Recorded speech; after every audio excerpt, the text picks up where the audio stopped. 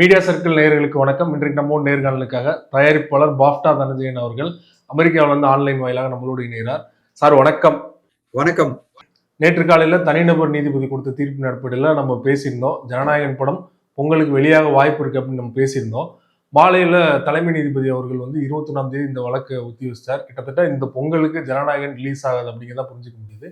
21ஆம் தேதி வழக்கு வந்தனா அதற்கப்புறம் இந்த மாதம் வெளியாகுமா அப்படிங்கிற மாதிரியான ஒரு எதிர்பார்ப்பும் இப்போது ஏற்பட்டிருக்குது. படம் எப்போ சார் வெளியாக வாய்ப்பு இருக்குன்னு நீங்க நினைக்கிறீங்க? 2 நாளா தூக்கமே இல்ல. நான் தூக்கமே இல்லாம ஏன்னா அந்த டைமிங் வந்து செட்டே ஆக மாட்டேங்குது. அந்த கோர்ட் ஹியரிங் 3 மணிக்கு போகும்போது இங்க எங்களுக்கு மிட் நைட்டு.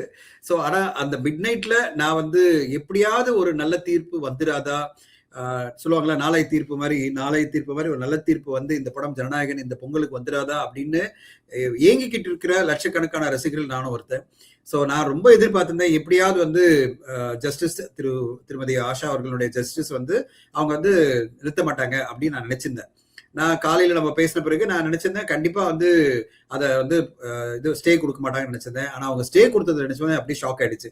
அதை பார்த்துட்டு தான் நான் தூங்கினேன். கிட்டத்தட்ட நான் தூங்கும்போது 3:30 மணி எனக்கு மிட் நைட்டு 3:30 மணிக்கு நான் தூங்கும்போது ரொம்ப அப்படியே நிம்மதி இல்லாம தூங்கினேன். என்னடா இவ்வளவு பெரிய தடங்கள்லாம் வருது ஒரு படத்துக்கு அப்படின்னு சொல்லிட்டு. ஏன்னா அங்க போயிட்டு என்ன பேசினாங்கன்னா அந்த ஜஸ்டிஸ் ஆர்டர் பத்தியே அவங்க டிஸ்கஸ் பண்ணல. அவங்க எடுத்த உடனே டைம் ஃப்ரேம் பத்தியே பேச ஆரம்பிச்சிட்டாங்க. அதாவது எங்களுக்கு டைம் கொடுக்கல, ரெஸ்பாண்ட் பண்ண டைம் கொடுக்கல அப்படின்ற ஒரு காரணத்தை கொண்டு வந்துட்டாங்க. அதாவது சென்சர்ல எப்பவுமே வந்து சென்சர் சேர்பர்சனுக்கு டைம் கொடுக்கணும். இந்த இந்த பட நிறுவனம் வந்து எந்த டைமும் கொடுக்காம படத்தினுடைய ரிலீஸ் டேட் அனௌன்ஸ் பண்ணிட்டாங்கன்றதுனால எங்களை ப்ரெஷரைஸ் பண்றாங்க, சிஸ்டத்தை ப்ரெஷரைஸ் பண்றாங்க, அதுக்குள்ள சென்சர் சர்டிபிகேட் கொடுக்கணும்னு நினைக்கிறாங்க. இதெல்லாம் எங்களால பண்ண முடியாது சொன்ன உடனே சீஃப் ஜஸ்டிஸ், அதாவது 2 ஜஸ்டிஸ் இருக்கிற பெஞ்ச் வந்து உடனே வந்து ஒரு டிசிஷன் எடுத்துட்டாங்க. சிஸ்டத்தை ப்ரெஷரைஸ் பண்ற மாதிரி நீங்க லாஸ்ட் மினிட்ல ஒரு படத்தை கொண்டு வரக்கூடாது, உங்களுக்கு ரிலீஸ் டேட் தெரியும்னா முன்னாடியே வர வேண்டியதானே அப்படின்ற ஒரு ஸ்டாண்ட் எடுத்துட்டு அந்த உத்தரவுக்கு ஜஸ்டிஸ் ஆஷா அவர்களுடைய உத்தரவுக்கு தடை வச்சுட்டாங்க. ஸோ இது வந்து மிகப்பெரிய ஒரு அதிர்ச்சி. இன்ஃபேக்ட் எல்லாருக்குமே ஒரு என்ன சொல்றது டிசப்பாயின்மெண்ட், மிகப்பெரிய டிசப்பாயின்மெண்ட். ஏன்னா எப்படியாவது படம் வந்துரும், என்னன்னா அட்லீஸ்ட் ஒரு 14th வந்துட முடியும் அப்படின்னு எதிர்பார்த்தோம். இப்போ 14th எல்லாம் வாய்ப்பே இல்லை படம். ஏன்னா இப்போ என்ன நடக்க போகுதுன்னா இவங்க வந்து திங்கட்கிழமை அன்னைக்கு சுப்ரீம் கோர்ட் போற மாதிரி எல்லாருமே சொல்லிட்டு இருக்காங்க. அதாவது கேவிஎன் ப்ரொடக்ஷன் சுப்ரீம் கோர்ட் போறாங்கன்னு.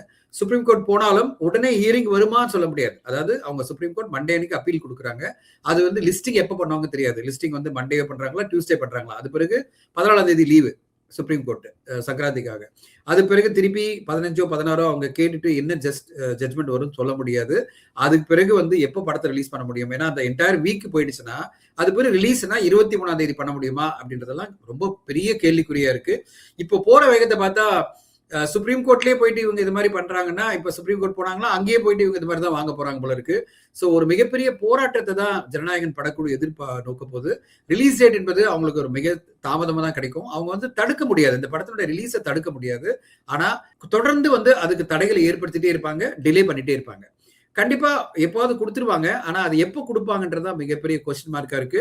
சோ இவங்க வந்து பேசாம ரிவைசிங் கமிட்டியை முதல்ல போயிருக்கலாம் போல இருக்கு. அப்படி இருக்கு. 5ஆம் தேதி அவங்க சொன்னதே ஒரு என்ன சொல்றது ஒரு ஷாக்கான ஒரு விஷயம். அதாவது 15 நாட்கள் பிறகு ரிவைசிங் கமிட்டி சொன்னதுக்கு இப்போ யோசிச்சு பார்த்தா ஐயோ ரிவைசிங் கமிட்டியே போயிருக்கலாம் போல இருக்கு. அட்லீஸ்ட் 10ஆம் தேதிக்குள்ள நம்மளுக்கு வந்து சென்சர் கையில கிடைச்சிருக்குமே அப்படின்னு ஒரு எண்ணம் வரும் எல்லாருக்குமே. பல சோசியல் மீடியால ட்வீட்ல பாத்தீங்கன்னா அவங்களும் ரிவைசிங் கமிட்டி போயிருக்க வேண்டியதானே அப்படின்னு ஒரு கமெண்ட் எடுக்கிறாங்களா. இப்ப இவங்க பண்ற இவங்களை என்னென்ன மாதிரி எல்லாம் இந்த கோர்ட் ஜட்ஜ்மெண்ட் கொண்டு போறாங்க, என்ன மாதிரி தாமதங்களை ஏற்படுத்துறாங்க பார்க்கும்போது அப்பா ரிவைசிங் கமிட்டியே போயிருக்கலாம் போல இருக்கப்பா, அட்லீஸ்ட் 4 நாள்ல கிடைச்சிருக்கும் போல இருக்கு அப்படின்ற மாதிரி நம்மளுக்கு ஒரு கேள்வி, ஒரு எண்ணம் வருது. ஆனா மிகப்பெரிய ஒரு அதிர்ச்சி, மிகப்பெரிய ஒரு தாமதம். அதை விட முக்கியமா இந்த பொங்கல் வந்து ஒரு கேலப்பிங்கான பொங்கலா இருக்க வேண்டியது இன்னைக்கு வந்து ஒரு சப்டியூடா எல்லாருமே ஒரு படம் தான் வருது, சரி ஓகே பார்ப்போம் அப்படின்ற மாதிரி ஒரு மூடுக்கு கொண்டு வந்திருக்கு. அதை விட பல பேர் ரசிகர்களா நாங்க வந்து திரையரங்கே வரமாட்டோம், சோசியல் மீடியால எப்படி பதிவு போடுறாங்கன்னா நான் என்னவாவது போடு, நான் சோசியல் மீடியால என்ன சொல்றாங்க, நான் திரையரங்கே வந்து பார்க்க மாட்டேன், என்னைக்கு ஜனநாயகன் படம் வருதோ அன்னைக்கு தான் திரையரங்கு வந்து படம் பார்ப்பேன் அப்படின்னா ஒரு ஒரு பெரிய ஒரு மாற்றம் ஒரு ஆடியன்ஸ் மத்தியில, ஒரு ஹார்ட்கோர் தீவிரமான ரசிகர் மத்தியில ஒரு எண்ணத்தை உருவாக்கி இருக்குது இந்த தீர்ப்பு. 21st அன்னைக்கு மறுபடியும் விசாரணைக்கு வருது சார். திருப்பூர் சுப்பிரமணியம் அவர்கள் நேற்று ஒரு பேட்டியில பேசும்போது பாத்தீங்கன்னா ஜனவரி 26 அன்னைக்கு படம் வெளியாக வாய்ப்பு இருக்குன்னு சொல்லியிருக்காரு. அவரோட இதுல பாயிண்ட் ஆஃப் வியூல சொல்லியிருக்காரு. அதுக்கு வாய்ப்பு இருக்கு நீங்க நினைக்கிறீங்களா சார்? ஜனவரி 26ஆம் தேதி வந்து திங்கட்கிழமை வருது.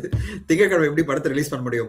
2வது அவருடைய பாயிண்ட் ஆஃப் வியூ வந்து தமிழ்நாடு திரையரங்கு லாஜிக் பேசுறாரு தவிர உலகெங்கும் நீங்க பார்க்கணும்ல. வேர்ல்டு வைடு இவங்களுக்கு வந்து ஸ்கிரீன்ஸ் கிடைக்கணும். இன்ஃபேக்ட் வந்து உலகெங்கும் திரையரங்கு இந்த படம் வந்து ஒரு பெரிய படம். இது தமிழ்நாடு திரையரங்கு மட்டும் நம்பி இல்ல. இது வந்து ஆந்திரா, தெலுங்கானா, கேரளா, கர்நாடகா, ஓவர்சீஸ்ல கிட்டத்தட்ட 3000 திரையரங்குல இந்த படத்தை ரிலீஸ் பண்ண பிளான் பண்ணி எல்லா டிஸ்ட்ரிபியூட்டருமே மிகப்பெரிய லெவலில் ஸ்கிரீன்ஸ் எல்லாம் போட்டிருக்காங்க. அந்த டிஸ்ட்ரிபியூட்டருக்குலாம் டைம் வேணாவா? ஜட்மெண்ட் வந்ததுன்னா உடனே வந்து திரையரங்கு கேட்டீங்கன்னா எந்த மல்டிபிளெக்ஸும் இங்க இருக்கிற ஓவர்சீஸ் நான் இங்க இருக்கேன் அங்கெல்லாம் போனா ஆயிரக்கணக்கான படங்கள் அங்க லிஸ்ட்ல இருக்கு. அங்க போனா ஹாலிவுட் படங்கள் அத்தனை படங்கள் ரிலீஸ் ஆயிட்டு இருக்கு. தெலுங்கு படங்கள், மலையாள படங்கள், ஹிந்தி படங்கள், எக்கச்சக்கமான லாங்குவேஜ் படங்கள் அங்க ரிலீஸ் ஆகும்போது எப்படி ஜஸ்ட் லைக் தட் ஸ்கிரீன் கொடுப்பாங்க? அதுக்கு கிட்டத்தட்ட மினிமம் 2 வார பிளானிங் தேவைப்படுது. ஒரு படத்தை நீங்க ரிலீஸ் பண்ணணும் அப்படின்னா ஓவர்சீஸ்ல மினிமம் 2 வாரம், ஐடியலி 4 வாரம், மினிமம் 2 வாரம் முன்னாடி நீங்க வந்து தெரியப்படுத்தணும். அதாவது மல்டிபிளெக்ஸ் டீமுக்கெல்லாம் நீங்க உங்களுடைய சென்சஸ் சர்டிஃபிகேட் அமிச்சு இல்லைன்னா போஸ்டர்ஸ் அமிச்சு ட்ரெய்லர் அமிச்சு நீங்க தெரியப்படுத்தி அவங்க கிட்ட ஸ்கிரீனை வாங்கணும், ஷோ கன்ஃபர்மேஷன் வாங்கணும். அந்த ப்ராசஸ் வந்து நம்ம தெரியாம நம்ம வந்து ஜஸ்ட் லைக் 26ஆம் தேதி கொண்டு வரணும்னா 26 எப்படிங்க வரும்? நான் கேட்க திங்கட்கிழமை எப்படிங்க ரிலீஸ் பண்ண முடியும்? 23ஆம் தேதி வருமானு கேட்டீங்கன்னா எப்படி வரும்? 21ஆம் தேதி தான் ஹியரிங் வருது. ஆக்சுவலி ஹைகோர்ட்ல வருது 21. ஒருவேளை சுப்ரீம் கோர்ட் அங்க போயிட்டாங்கன்னா சுப்ரீம் கோர்ட்ல முன்னாடி ஹியரிங் வரதுக்கு வாய்ப்பு இருக்கு. சோ அவருடைய எதிர்பார்ப்பு அவர் சொல்றாரு, பட் அதுக்கு பிராக்டிகலா பாசிபிலிட்டி இல்லைன்றத உண்மை. ஆனா எலெக்ஷனுக்கு முன்னாடி பாத்தீங்கன்னா அரசியல் வசனங்கள் இருக்கனால வந்து எலெக்ஷன் டேட் அனௌன்ஸ் பண்ணிட்டோன்னா அதுல இருக்க அரசியல் வசனங்கள்லாம் வைக்க முடியாது அப்படிங்கிற ஒரு ஆஸ்பெக்ட்ல கூட நேற்று நிறைய பேர் பேசிட்டு இருந்தாங்க.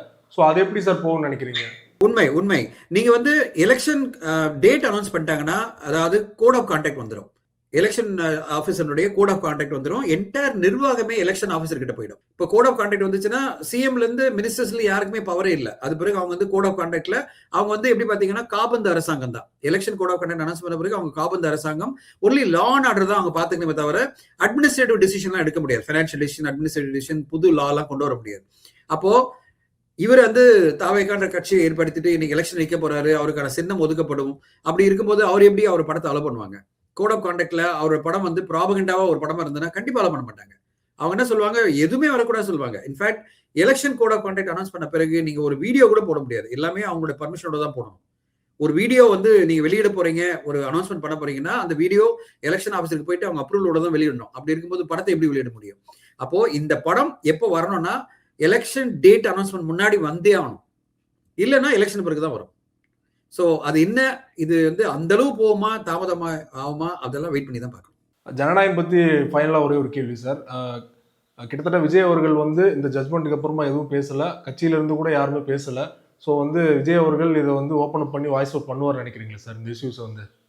இல்ல, எனக்கு தெரிஞ்சு அவர் இனிமே பண்ண மாட்டான்னு நினைக்கிறேன். இப்போ அவர் இப்ப பண்ணாருன்னா இப்ப ரொம்ப தாமதம். இது இப்ப பேசுறதும் வேஸ்ட். ஏன்னா நிறைய பேர் பேசிட்டாங்க. அவருக்கு ஆதரவா பல பேர் இன்னைக்கு வந்து இயக்குனர் ப ரஞ்சித்ல இருந்து மாரி செல்வராஜ்ல இருந்து பல இயக்குனர்கள் வந்து அவருக்கு ஆதரவா கருத்து சொல்லி, பல நடிகர்கள்லாம் கருத்து சொல்லி இந்த மாதிரி வந்து சென்சர் போர்டு பண்ணது வந்து ஒரு மிகப்பெரிய தாக்குதல், அதாவது சினிமா மேலே ஏற்படுத்தின தாக்குதல் அப்படின்ட்டாங்க.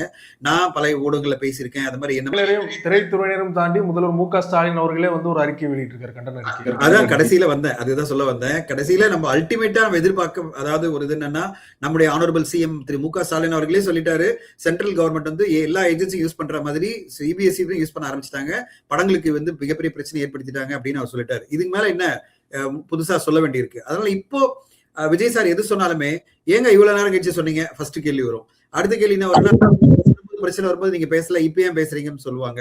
இந்த வாய் எப்படினாலும் பேசும். அதாவது இந்த கமெண்ட் சொல்ற வாய் பாத்தீங்கன்னா என்னவாவது பேசிட்டு இருக்கோம், சோசியல் மீடியால ட்ரோல் பண்ணிட்டே இருப்பாங்க. அதனால இப்போதைக்கு அவர் பேசாம இருக்கிறது அவருக்கு பெட்ரு. அதனால அவர் இனிமே பேச மாட்டாருன்னு நான் எதிர்பார்க்கிறேன். ரொம்ப நன்றி சார், யூஎஸ்ல இருந்து எங்களுக்காக ஸ்பெஷலா ஒரு இன்டர்வியூ கொடுத்ததுக்காக, ஜனநாயகன் தொடர்பாகவும் பராசக்தி படம் தொடர்பாகவும் மிக்க நன்றி சார். தேங்க்யூ.